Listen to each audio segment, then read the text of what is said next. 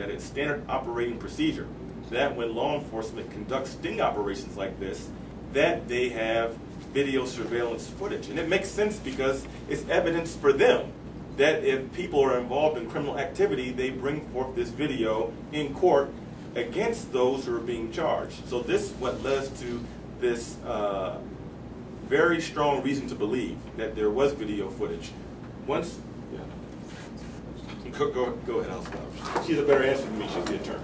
I apologize, I want to answer this question. There was a FOIA request that specifically asked Attorney General Mike Cox's office for the video surveillance footage. And the response was that the video surveillance footage could not be provided because it's part of a pending investigation. So in that statement, the Attorney General has admitted that there is a video surveillance footage, but it's not going to be released because it could potentially contaminate a jury pool if any members of law enforcement are to be prosecuted in connection with this case. Is that in your packet? That FOIA request that I'm referring to was submitted by someone outside our office, and I was informed of the denial by that person. So you did not FOIA it. Somebody else FOIA'd it.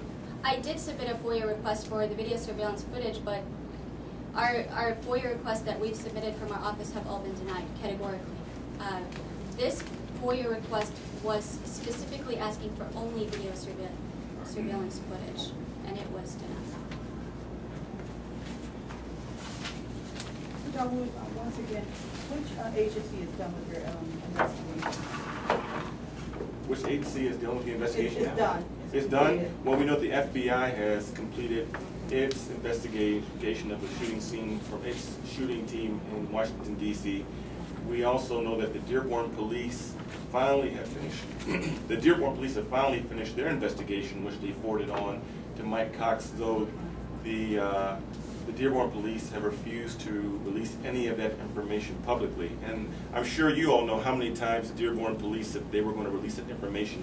They said that we're going to release it in 3 weeks, then in 3 more weeks, then in 3 more weeks, then in 3 more weeks. So it's been now, we're going on 8 months, and there's been no public disclosure of anything related to their investigation. The only thing that you all have is the autopsy and the necropsy.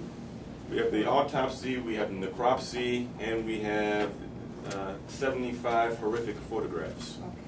Okay.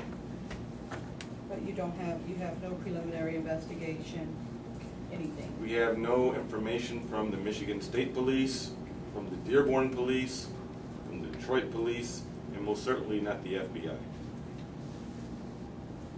Have you guys had any sort of response yet from DOJ in terms of your repeated requests for a civil rights investigation?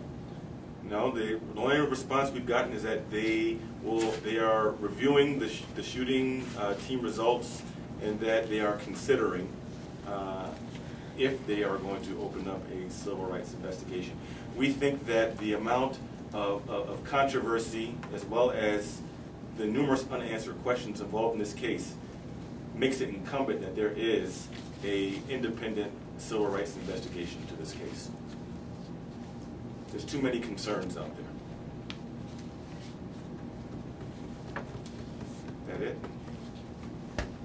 Thank you very much for coming.